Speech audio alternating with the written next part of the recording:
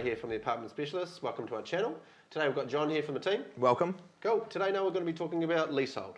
We have a lot of people coming to the office going, well, what is leasehold? So John, what is leasehold? And it's a good question. I'll answer it briefly because I could talk for hours on it. Yeah. Leasehold essentially is where you own a property, but you don't own the land that the property sits on. In short, that's the easiest way to look at it. Okay, so you own the property, you don't own the land.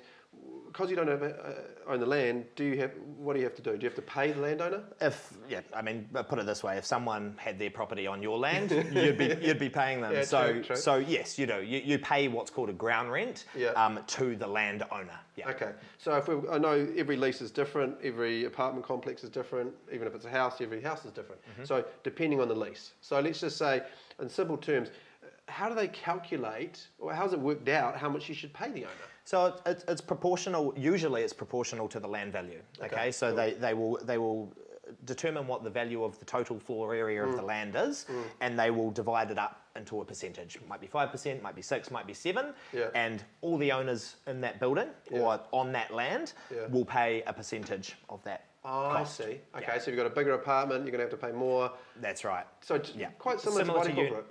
And unit entitlement. Yeah.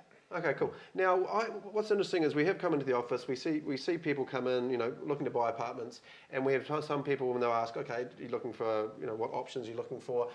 We mentioned leasehold. Especially New Zealanders. Whoa! Oh no, not leasehold. My friend Trevor told me. Old mate Trevor. Yeah.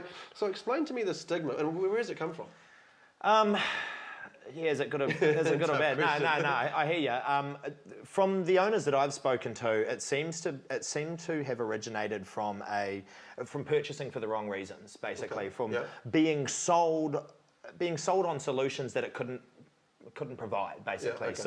A lot of these properties are sold as nest eggs, as retirement plans, as capital gain solutions, So, and it's not really, the way the leases are wired aren't really the best for capital gain.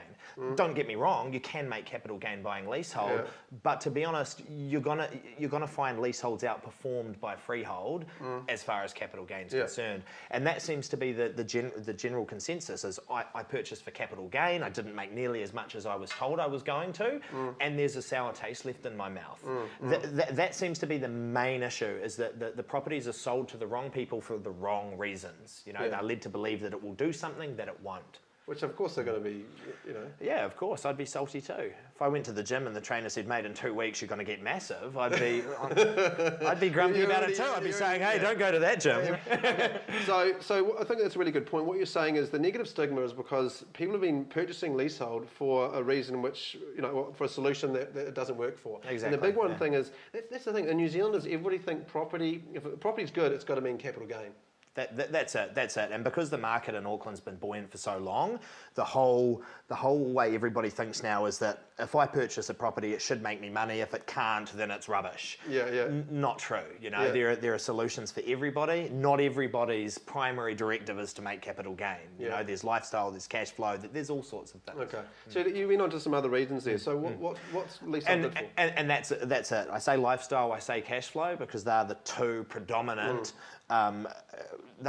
two predominant factors that bring leasehold into the spotlight as a pro, as a positive.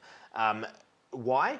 Okay, leasehold, let's look at it. $300,000, you can get the equivalent of an $800,000 to $1 million freehold property, right? The rents are identical. Okay, the lease doesn't affect the way tenants don't care. The lease does not affect the way that it's rented. So you can achieve the exact same amount with a $300,000 leasehold property, $400,000 leasehold property, as a $1 to $1.2 million freehold property. Okay, so it's cash flow positive, low outlay, high returns. Well, that's number one. Good. You can make lots of income from it. Okay, number two is lifestyle. Okay, lifestyle. Not everybody's primary directive, as I said, is capital gain. Some people want to come in with cash. They might want to live here for a year. They want to see what the country's like. They want to live the dream. One of the biggest attributes of leasehold is the location, is the lifestyle. It's central city. It's looking over the waterfront usually, surrounding developments, buzzing. It's the heart of the city. And to be able to go in there and spend $300,000 or $400,000 as opposed to $1.5 million if it was freehold, all of a sudden you've got all this money left over in your bank to enjoy the lifestyle that you've set yourself up for. or utilise it elsewhere. You know, if you want to make capital, you've got a whole lot of money there to make, you know, to invest in other properties. The interesting thing is, if anybody, and go talk to your accountant, they'll ask, what is your actual home? Because I asked my accountant, I go, what's my home? And he goes, it's not an asset. And I go, what do you mean it's not an asset? Yes, it is. It goes up in value. And he goes, no, it's not. It's not driving income. So if you've ever read Rich Dad, Poor Dad, read that. It's an interesting book, and he's a very famous author about growing wealth, talking about your home is not actually an asset, which actually goes into line with leasehold. In another way, I'm kind of twisting this. Okay, say, for example, I go and buy a property, instead of looking all extra large and spending a lot of money, I can actually use that money that I was going to spend and spend it on something else that's going to drive more income.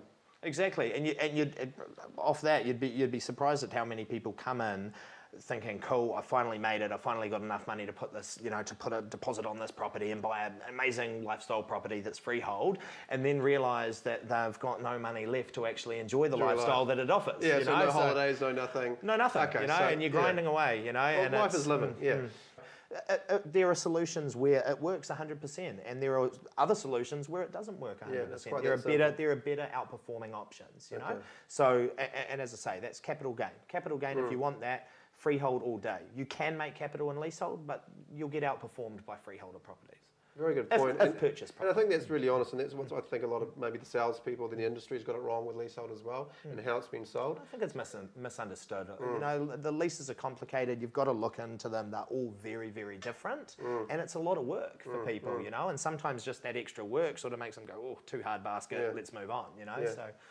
Yeah, okay. Well, John, I really enjoyed this talking today, and you highlighted some really good points. And I think we're going to get quite a few questions today. So if you've got any questions on what we spoke about, please put them in the box below, and we'll answer them for you. Now, next week we're going to talk. Let's delve into a bit more of this leasehold and talk about the cash flow property and talk about the numbers, because as I said before, that really excites me because that suits any age group. Lifestyle, maybe me in 20, 30 years. Lifestyle, obviously, it's about contacting one of the agents or ask us some questions. Anyway, Andrew Murray, apartment specialist. Thanks, John. Thanks, guys. Cheers.